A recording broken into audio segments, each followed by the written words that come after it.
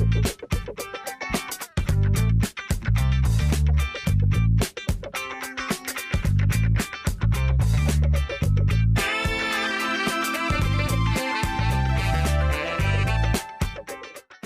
Previous topic के अंदर हमने एक क्विक इंट्रो देखा था सेक्शन का। सेक्शंस होते क्या हैं, बनाते क्यों हैं, उसके अंदर क्या क्या शो होता है। इस टॉपिक के अंदर हम बड़ा ब्रीफ सा, ये एक छोटा लेक्चर होगा, हमारा टॉपिक होगा, जिसमें हम कुछ टर्म्स का इंट्रोडक्शन लाजमी रीकैप करेंगे कि सेक्शन जब हम बना रहे होंगे उसमें कौन कौन सी जो टर्म्स हम इस्तेमाल कर, थोड़ा सा उसका again I not go into detail. अगर हम डिटेल में जाएंगे तो बहुत टाइम टेकिंग टास्क होता है, और ये कुछ ऐसी टर्म्स हैं जो शायद आपके लिए कंफ्यूजिंग भी हों। लेकिन क्विकली मैं एक प्रेजेंटेशन भी आपके ये आ जाएगी आपके पास मटेरियल्स में। आपको पता होना चाहिए कि कल कल को आप अगर किसी साइट पे वर्क कर रहे हैं या आप इवन के ड्राइंग बना रहे हैं, तो आपको जस्ट टर्म्स का बेसिक एक कॉन्सेप्ट होना चाहिए। जब भी आपके पास कोई भी आपको एक्स वाई जी पर्सन आके कहता है कि जी आपने एक हाउस प्लान बनाना है, आपने एक घर का नक्शा बनवाना है, उसके सेक्शन की बात होती है, तो सबसे पहले आप क्या करते हैं?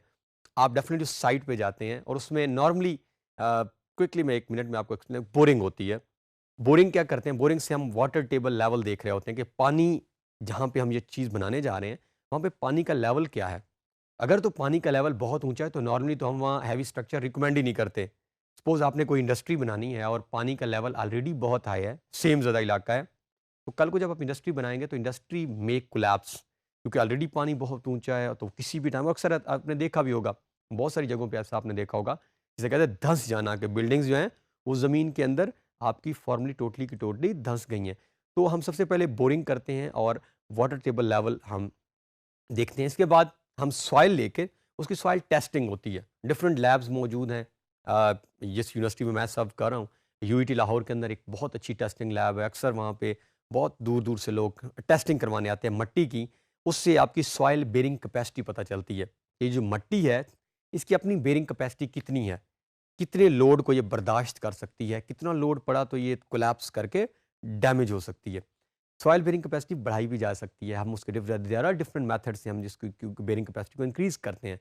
बट अगेन चेक ज़रूर करना है कि उसकी बेयरिंग कैपेसिटी क्या है, कि आया वो एक हैवी स्ट्रक्चर को सपोर्ट कर सकती है या कोलैप्स तो नहीं हो जाएगा स्ट्रक्चर। तो ये भी we must see that one as well, and we must keep in mind that one as well. फिर इसके बाद एक्चुअली हमारा स्ट्रक्चर बनना स्टार्ट होता है, जिसमें हम स्टार्ट करेंगे कंपैक्शन हम करते हैं। फॉर एग्ज़ाम्पल अर्थ को जो है हम कंपैक्ट करते हैं। उसके बाद हम बात करेंगे पीसीसी की, बात करेंगे आरसीसी की। सो क्विकली कुछ टर्म्स हैं जो प्रेजेंटेशन में मौजूद होंगी। तो ये जस्ट हमने एक रीकैप किया है कि क्या आप जब जाते हैं तो ये किन चीज़ों को आप देखते हैं। तो अब बढ़ते हैं उस प्रेजेंटेशन की तरफ, ताकि हम क्विकली कुछ टर्म्स से फेमिलियर हो जाएँ जो हमने सेक्शन में इस्तेमाल करनी है। सो ये हमारे पास क्विकली हम इसको वाइंड अप करते हैं। ये कुछ टर्म्स हैं जो हमें पता होनी चाहिए। हम बात करते हैं, बहुत इंपॉर्टेंट टर्म है प्लेन सीमेंट कंक्रीट भी, या प्लेन कंक्रीट सीमेंट भी इसको कहा जाता है। अक्सर आपका जो है वो इससे वास्ता पड़ता रहेगा, आप इसको इस्तेमाल करते रहेंगे। और ये पीसीसी, इसको हम जब एब्रीविएट करते हैं, तो ये मिक्सचर है हमारा सीमेंट, सैंड और कोर्स एग्रीगेट। तो एग्रीगेट अक्सर आपने देखा होगा, आप किसी कंस्ट्रक्शन साइट के साथ से गुजरें तो आजकल तो क्योंकि लेटेस्ट मेथड्स हैं, तो मट्टी, सीमेंट और आपकी बजरी को मिलाया जा रहा होता है, और उससे जो हमारा मटेरियल बन रहा होता है वो हमारा होता है पीसीसी। और अक्सर आपने इसकी इस्तेमाल देखे होंगे। आजकल इससे पहले मैनुअल होता था, और अभी भी अगर आप जाएं इवन के विलेजेस में, तो वहाँ पे मैनुअल तरीके से ये मिक्सचर बन रहा होता है। लेकिन अब ज़्यादातर जो है जो शहर हैं, जितने बड़े प्रोजेक्ट्स हैं, वहाँ आपने देखेंगे कि एक मशीन टाइप जो है वो चल रही होती है, और वो रोटेट कर रही होती है। उसके अंदर ये एग्रीगेट डाला जाता है, खुद ब खुद वो उसको मिक्स कर रही होती है। इसकी एक रेशियो होती है, से 1:4:8। इसमें 1 मीन्स, आप अगर इसका एग्रीगेट पढ़ें तो 1 आपका क्या होगा, आपकी सीमेंट है, 4 आपका सैंड है, और 8 आपका एग्रीगेट है। एग्रीगेट में नॉर्मली बजरी हम इस्तेमाल करते हैं। पर्पज़ इसका क्या होता है? इसका मेनली पर्पज़ होता है मॉइस्चर से बचाना। फॉर एग्ज़ाम्पल से आपने कोई घर बनाया है, उसके नीचे डेफ़िनेटली पानी भी होगा। अगर उसमें वाटर टेबल लेवल हाई है, तो आप अपने घर पीसीसी से ऊपर बनानी है वॉल्स। तो आप एक्चुअली अपने घर को प्रोटेक्ट कर रहे होते हैं नीचे वाली एनवायरनमेंट से। अगर ये पीसीसी सपोज़ नहीं है, तो हो सकता है वो नीचे की जो नमी है वो आपके घर को डैमेज कर सकती है, डिस्टर्ब कर सकती है। इस चीज़ को अवॉइड करने के लिए, और जितने हैवी स्ट्रक्चर हैं, अगर आप देखें अक्सर आपका गुज़र होता होगा, ऐसे कोई प्लाज़ा बन रहा हो या कोई बड़े कोई घर बन रहे हो, तो आपने देखा होगा अक्सर जो है वो किसी बर्तन के अंदर या किसी चीज़ के अंदर रख के आप देखेंगे डाल रहे होते होंगे वो। तो इसका पर्पज़ क्या होता है कि हम एक लेयर एस्टैब्लिश कर रहे हैं कि नीचे जो हमारी जो हमारी नीचे की नमी है या नीचे की जो भी मटीरियल्स हैं, उनकी जो अपवर्ड मूवमेंट है उसको स्टॉप किया जा सके और स्ट्रक्चरल स्टेबिलिटी आ जाए हमारे डिज़ाइन के अंदर। सो ये बाकी आप इसकी फर्दर इसके अंदर हम कुछ एजेंट्स भी डाल सकते हैं, वाटर प्रूफिंग एजेंट्स, ताकि अगेन वही नमी को हम स्टॉप करें। तो ये आप आगे खुद पढ़िएगा। इसका बेसिक कॉन्सेप्ट या मैंने आपको बता दिया तो और ईज़ी हो जाएगा। अब अगर आप इस लेक्चर के बाद अगर कहीं से मूव करें और कहीं पे ऐसी कोई मिक्सचर बन रहा हो तो आप गौर से खड़े होकर देख भी सकते हैं ताकि आपको आइडिया हो जाए पीसीसी का। और ये है, ये जी पिक्चर आप देखें, this is plane concrete cement. ये आप देखें वो यहाँ पे मिक्स किया जा रहा है और अक्सर प्रोजेक्ट्स में, और ये उसका जो है मटेरियल जब आप इसे मिक्स कर रहे होते हैं तो इस तरह आप इसको बनाते हैं। सो ये उसके देयर आर डिफरेंट यूजेस, हमने ऑलरेडी डिटेल में एक्सप्लेन कर चुके हैं, will not go into detail. Normally आपका बताया कि फाउंडेशन को स्ट्रॉन्ग करने के लिए आप अगर कॉलम्स बना रहे हैं, आप बीम्स दे रहे हैं, उसको फर्दर उसकी फुटिंग को इम्प्रूव करने के लिए as a bed of concrete ये हमारा अप्लाई हो रहा होता है। इसके बाद हमारे पास एक बहुत इंपॉर्टेंट टर्म होती है, दैट इज़ आरसीसी। पहले हमने बात की पीसीसी की, अब हम बात कर रहे हैं आरसीसी की। आरसीसी अगेन एक बहुत इंपॉर्टेंट टर्म है। डिफरेंस इन दोनों के दरमियान ये है कि आरसीसी में आपकी स्टील इन्वॉल्व होती है, आपका सरिया इन्वॉल्व होता है। अक्सर आपने लाजमी ऐसी ऐसे प्रोजेक्ट्स, ऐसे कुछ चीज़ें भी देखी होंगी, आप गुजर रहे हो तो सरिये का इस्तेमाल हो रहा होता है। अक्सर घरों में आजकल बड़ा कॉमन है, इवन के लिंटल के अंदर हम इसको यूज़ कर रहे होते हैं। तो सरिया क्या करता है, ये आपकी स्ट्रेंथ को, टेंसाइल स्ट्रेंथ की यहाँ बात आ रही होगी, इसको और ये मजबूत कर देता है। अब अगेन इसका कितने एमएम और इसकी फर्दर काफ़ी सारी डिटेलिंग है, will not go into details. RCC normally ज़्यादातर तो ये रूफ में आपके मटेरियल्स में यूज़ हो रहा होता है, बीम्स के अंदर यूज़ होता है, बट अगेन स्लैब में यूज़ होता है। बट बहुत सारे ऐसे प्रोजेक्ट्स में रिसेंटली हमारी यूटी के अंदर एक प्रोजेक्ट इज़ गोइंग ऑन और बहुत बड़ा प्रोजेक्ट है, उसके काफ़ी सारे फ्लोर्स हैं। उसमें ग्राउंड के ऊपर ही दोनों चीज़ें जो है इंश्योर की जा रही हैं। पहले पीसीसी किया गया और अब पीसीसी के बाद ग्राउंड पे भी आरसीसी। और अक्सर आपने ऐसा देखा होगा कि आप गुजर रहे हो तो सामने आप ग्राउंड पे सरिया देखते होंगे इस्तेमाल हो रहा है, जिसमें क्या है आपकी अगेन सीमेंट इस्तेमाल हो रही है, सैंड और सरिये का इस्तेमाल, स्टील इसे कहते हैं। और अक्सर बड़े-बड़े प्रोजेक्ट्स में आप देखते होंगे आरसीसी का बहुत ज़्यादा इस्तेमाल है। आरसीसी का जी भी आप अगर बिल्कुल हम एक लेमैन का कॉन्सेप्ट देखें, स्ट्रेंथ को इंक्रीज़ करती है, स्ट्रक्चर की स्टेबिलिटी को और ज़्यादा बढ़ा देती है। अब अगेन इसकी टेस्टिंग होती है, इसकी different labs, again in in in my university there is one lab जिसमें प्रॉपर सरिया लेके आया जाता है। उसको जो है वो बेंड किया जाता है कि कितने प्रेशर वो बर्दाश्त करेगा और वो टूट जाएगा। और ऐसे जब ये बिल्डिंग कोलैप्स करती हैं, वहाँ पे भी नॉर्मली ये रीज़न्स होती हैं बाज़ दफ़ा कि उसके अंदर इतना प्रॉपर वो स्टील इस्तेमाल नहीं किया गया जितना उसके ऊपर लोड डाल दिया गया है और वो बेंड हुआ और वो टूट गया। तो ये काफ़ी सारी टेंसाइल स्ट्रेस की, स्ट्रेन की बातें हैं, वो डिटेल में नहीं जाएँगे। मेनली पर्पज़ इसका क्या है, स्टेबिलिटी, स्ट्रक्चर स्टेबिलिटी को इंश्योर करता है। तो इसके साथ हमारे पास there are many associated terms, तो हम उनको इन डिटेल में नहीं जा रहे हैं, आप इसको खुद क्विकली देख लीजिएगा। हम आगे चलते हैं। सो हमारे पास जो है ये एक पिक्चर है, अगर आप इस पिक्चर में देखें तो आप देख सकते हैं कि यहाँ पे सरिया, ये एक्चुअली वो जिसकी हम बात कर रहे थे, इस्तेमाल हुआ है और ये भी आई कैन सी ये ग्राउंड पे ही जो है वो अप्लाई हुआ है।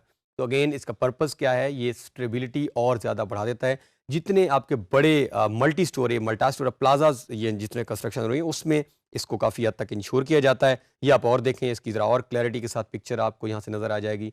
और इसके साथ जो है इसके यूजेस क्या हैं, ये बीम्स के अंदर, लिंटल्स के अंदर, रूफ स्लैब्स के अंदर, स्टेयर्स के अंदर, वाटर टैंक्स, डैम्स और footings, columns. So you can use this, although keep in mind one thing and that is it's expensive. आपकी कॉस्ट आरसीसी से बढ़ जाती है, आरसीसी पीसीसी से ज़्यादा एक्सपेंसिव होती है। तो ये डेफिनेटली बड़े प्रोजेक्ट्स में कॉस्ट भी उसकी काफ़ी, डैम्स की अगर बात हो रही है तो वहाँ पे तो आपके पास ऑलरेडी अवेलेबिलिटी ऑफ फंड्स होती है। और इसके साथ ये construction of bridges, retaining walls, so ये यहाँ पे highway, city roads, so you can use then plinth level. इस लेवल को हम ज़्यादा जो है क्लैरिटी के साथ अभी देखेंगे, एक इमेज जब हमारे सामने आएगी तो उसमें क्लियर हो जाएगा हमारे पास। So it's the part of the super structure between natural ground level and finished floor level के। प्लिंथ लेवल का भी नॉर्मली लोड को डिस्ट्रीब्यूट करना पर्पज होता है कि जो आपका नेचुरल ग्राउंड लेवल है, सपोज आप जहाँ पे भी घर बना रहे होते हैं वहाँ ज़मीन का एक अपना एक लेवल होता है और फिर आपके एक फ्लोर का लेवल होता है। नॉर्मली हम फ्लोर को ज़मीन से ऊपर बना होता है, उसकी रीज़न कई हैं। एक तो पानी आपका बाहर घर से जा रहा होता है अक्सर, ऐसा तो कभी नहीं होता कि एक ज़मीन का लेवल ज़्यादा और आपके घर का कम हो तो पानी सारा आपके घर के अंदर आए। तो नॉर्मली क्या होता है, house level slightly floor level हमारा ज़्यादा होता है, क्योंकि उसमें कुछ चीज़ें इन्वॉल्व हो जाती हैं। ये जिसे रोड़ा इन आम ज़ुबान में कहते हैं, ये होता है, इसके साथ लेयर्स होती हैं, अभी हम देखेंगे।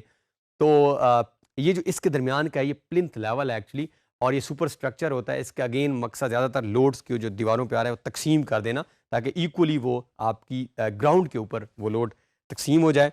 और ये रिस्ट्रिक्ट करता है seepage of storm water into the building. और इसके बाद डीपीसी बहुत ही इंपॉर्टेंट है, इस लेड ऑन प्लिंथ लेवल के ऊपर हम डीपीसी जो है इसे कहते हैं डैम प्रूफ कोर्स। इसका पर्पस क्या होता है, ये भी आपकी नमी को ऊपर आने से रोकता है। अक्सर हम दीवारों में घर गुजर होते हैं तो दीवारों में हम देखते हैं नमी आई होती है घरों की, और बाज़ औक़ात ये नमी इतनी ज़्यादा हो जाती है कि वो आपके घर के स्ट्रक्चर को गिरा भी सकती है। उस नमी को रोकने के लिए हम डीपीसी की एक लेयर जो है प्लिंथ लेवल के ऊपर प्रोवाइड करते हैं, और उसके मटेरियल्स हैं वो डिफरेंट, आप सर्च कीजिएगा आपको मिल जाएंगे। इसके साथ जो है हमारे पास ये, अगर आप इस पिक्चर में देखें, ये आपका लिंटल लेवल है, ये जो आप बता रहे हैं, ये आप दरवाज़ों के ऊपर हम नॉर्मली देखते हैं, ये है प्लिंथ लेवल, दिस वन। ये हमारा एक्चुअल लेवल था जो हमारा ग्राउंड है, और ये हमने फ्लोर का लेवल, और ये सिल लेवल है जो हमारी जहाँ से विंडो स्टार्ट हो रही हैं।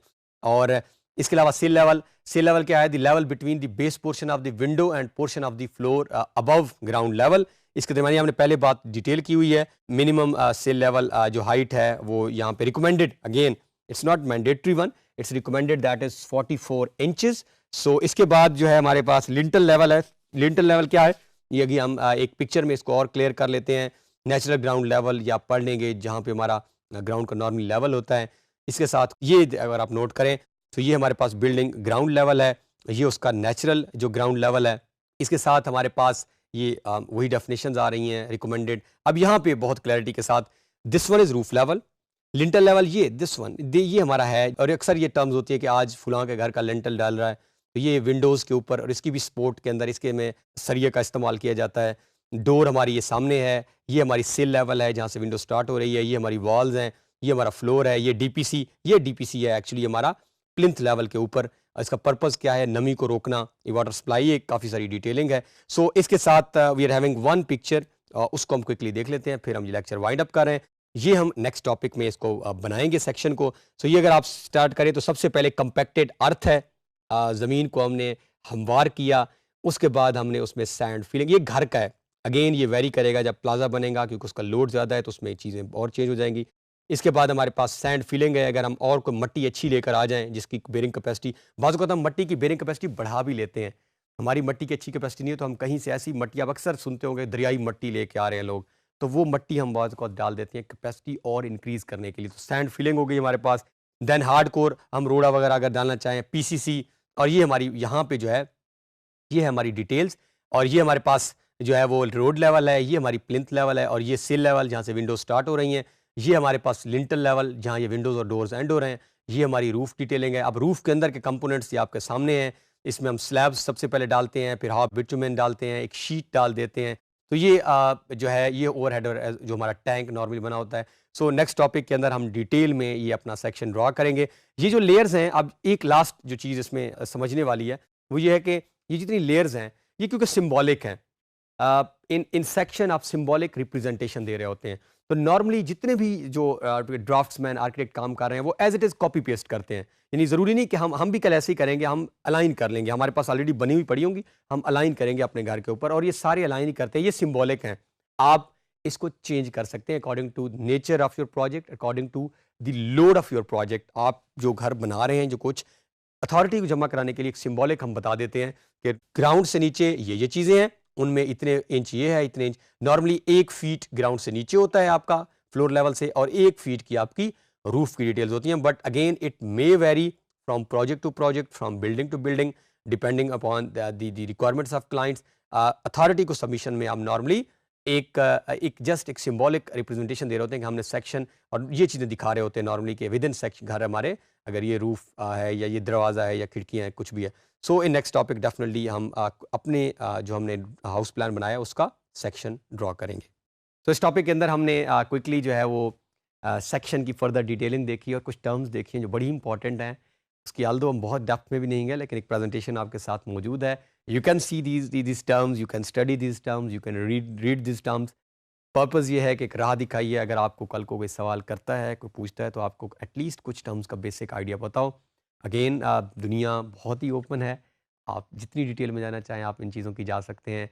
सो नेक्स्ट टॉपिक में इंशाल्लाह हम फॉर्मली अपना कैट के अंदर सेक्शन ड्रा करेंगे।